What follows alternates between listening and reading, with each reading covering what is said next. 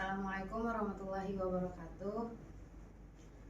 Kami dari kelompok 3 ingin mempresentasikan terkait kajian fenomenologi dalam metode penelitian kualitatif. Perkenalkan sebelumnya anggota kelompok dari kelompok 3. Yang pertama ada saya Devi Febrianti, Saya Kalisa Salsabila, dan saya Pratnya Paramita.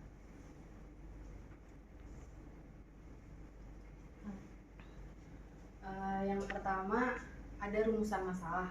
Rumusan masalah yang akan kita presentasikan itu ada definisi pendekatan fenomenologi dan bagaimana prosedur dan fokus penelitian fenomenologi dan bagaimana teknik pengumpulan data dalam penelitian dan bagaimana analisis data dalam penelitian, lalu ada tahapan-tahapan, lalu ada kelebihan, dan kita akan mengenalkan contoh penelitian. Nah, jadi studi fenomenologi ini definisinya itu secara harfiah. Fenomenologi ini berasal dari kata phainomenon dari bahasa Yunani yang berarti itu gejala atau apapun yang nampak. Nah, istilah fenomena ini tuh dapat dilihat dari dua sudut.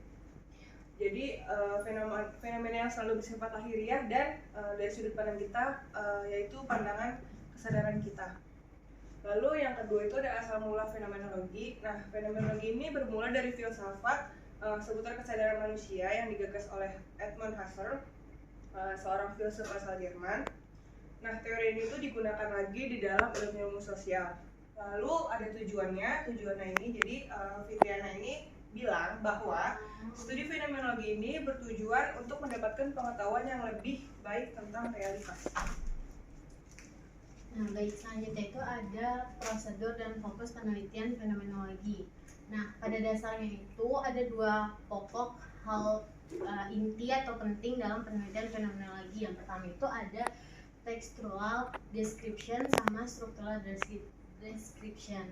Nah, kalau textual description itu kita membahas apa yang dialami subjek penelitian, terus apa yang dialami dan yang merupakan objek subjek dari penelitiannya. Nah, kalau misalkan struktural itu bagaimana subjek mengalami dan menafsirkan pengalamannya. Selanjutnya ada data dan metode pengumpulan data. Jadi di sini bagaimana pengumpulan data pada penelitian fenomenologi. Yang pertama itu ada observasi. Jadi di sini kita melihat secara langsung kasus-kasus yang ada yang nantinya menjadi fenomena, dan itu termasuk penelitian fenomenologi. Lalu setelah ada observasi, yang kedua itu setelah observasi tentu ada wawancara mendalam. Jadi setelah kita melihat, kita mendalami lagi kasus-kasus yang menjadi fenomena. Lalu yang terakhir untuk penguatannya ada dokumentasi. Nah, dokumentasi itu bisa berupa misalkan dari report wawancara ataupun video ketika kita berwawancara dengan si informan. Nah, selanjutnya ada analisis data dalam penelitian fenomenologi. Jadi analisis datanya itu ada 6. Yang pertama itu menetapkan lingkup fenomena yang akan diteliti. Lalu yang kedua menyusun daftar pertanyaan. Yang ketiga pengumpulan data. Lalu yang keempat ada analisis data. Nah, analisis data ini dibagi menjadi 3 lagi, yaitu ada di tahap awal, tahap horizontalization, dan tahap cluster of meaning. Lalu yang di kelima itu ada tahap deskripsi esensi, dan yang keenam ada para peneliti ini akan melaporkan hasil penelitiannya. Nah, selanjutnya itu ada tahapan-tahapan penelitian fenomenologi. Nah, di sini kami mengambil sumber dari Creswell 2015, di mana beliau mengatakan bahwa penelitian kualitatif atau penerjun lapangan pada dasarnya adalah pengumpulan data induktif atau data collection circle yang dikemukakan oleh Creswell dapat digunakan untuk memandu pengumpulan data penelitian dalam paradigma fenomenologis. Nah, jadi dalam penelitian fenomenologis itu biasanya tahapannya kita mengacu pada si data collection circle. Nah, itu seperti yang pertama itu penentuan lokasi dan informan. Jadi sebelum kita meneliti kita harus nentuin dulu nih lah lokasi mana yang mau kita jadi penelitian gitu dan siapa yang mau kita wawancarai gitu. Terus yang kedua ada proses pendekatan. Nah, di proses pendekatan ini si peneliti itu harus sabar dalam menghadapi si informan. Dia harus bisa mengambil hatinya informan itu agar si informan itu dapat mengasih pengalamannya secara detail gitu. Terus yang ketiga itu ada strategi penentuan pemilihan informan. Nah, harusnya itu jadi setelah kita nentuin lokasi sama informan, nah nentuin si informan itu kita harus punya strategi. Nah, strategi pemilihan informannya itu harus yang benar-benar kompeten atau berdasarkan pengalamannya, atau misalkan kita mau bahas topik A ya, informan itu harus benar-benar mengetahui tentang si topik A ini. Kalau nggak bisa itu belum bisa dikatakan informan yang berkompeten. Ya, selanjutnya pada tahapan ini yang keempat itu ada teknik pengumpulan data yang tadi juga sudah sempat dibicarakan. Itu ada observasi, wawancara, dokumentasi, dan di sini ada tambahan materi audio visual. Yang tahapan kelima itu prosedur pencatatan data.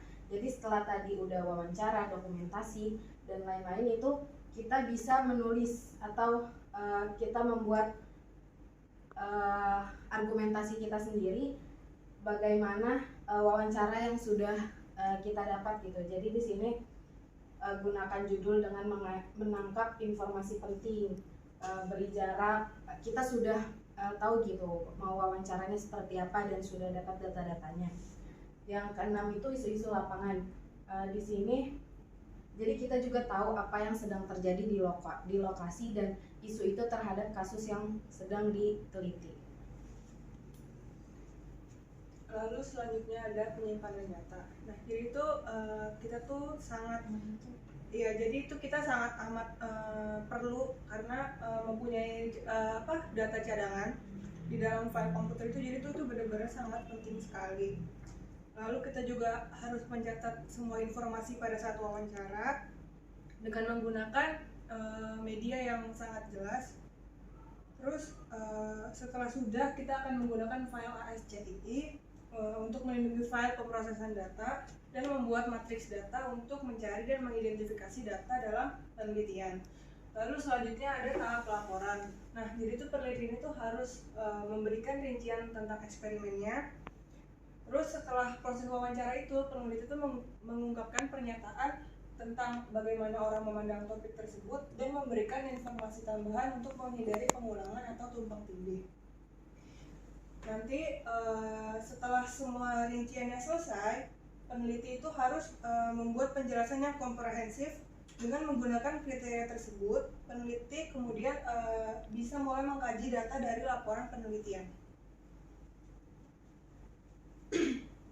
Nah, selanjutnya itu ada kelebihan penelitian fenomenologi. Jadi kelebihannya itu yang pertama, metode ilmiah fenomenologi ini dapat mendeskripsikan dan mempresentasikan fenomena secara akurat tanpa mengubah data, karena dia mengambil data langsung dari informan yang bersangkutan. Nah, yang kedua itu ada prinsip dasar dari metode ini adalah mengambil pendekatan holistik daripada menggunakan bagian-bagian individual untuk memahami suatu objek secara terpisah.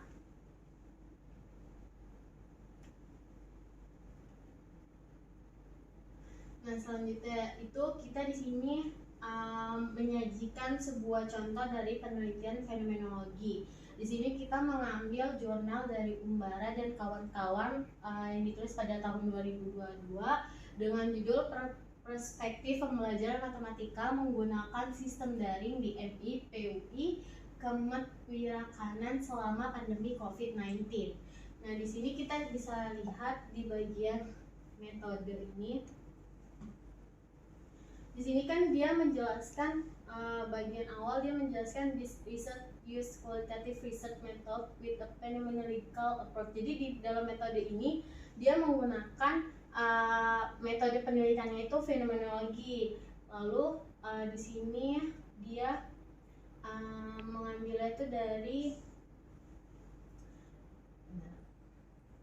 sini nih datanya. Riset instrumen penelitiannya itu ada di sini. Jadi dia kayak ngambil dia menggunakan instrumen si fenomenologi tadi.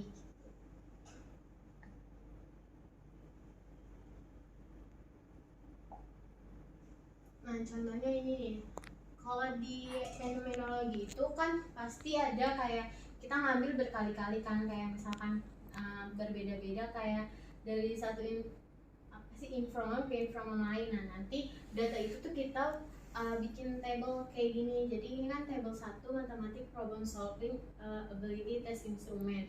Nah, nanti kalau kita misalkan mau analisis fenomenologi yang lain nih, nanti kan itu kita kayak analisisnya berhari-hari kan, terus kadang wawancaranya dengan orang yang beda juga.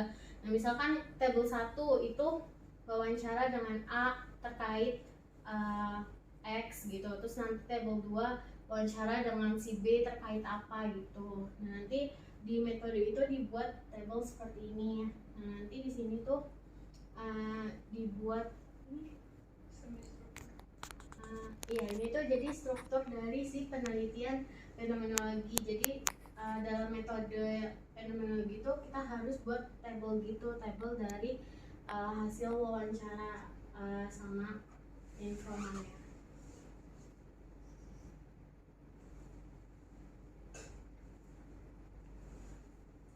Ya, jadi yang ada terakhir kesimpulan dari yang sudah tadi kita bahas. Jadi pada dasarnya penelitian ini bersifat dua dimensi. Yang pertama itu pengalaman aktual subjek atau objek. Jadi kita memang melihat kasus lalu mencari tahu kebenarannya atas kasus itu ke beberapa informan. Yang kita cari juga informannya juga harus betul-betul nyaman gitu ketika kita wawancara. Lalu dimensi kedua itu perspektif dan penilaian. Jadi di sini memang ketika kita wawancara informan, berarti kan kita melihat perspektif lain terhadap kasus yang terjadi. Lalu jadi seorang peneliti fenomenologi ini harus mempelajari dulu dasar-dasar dari fenomenologi, karena kurangnya pemahaman bisa mengurangi analisis kita dalam penelitian.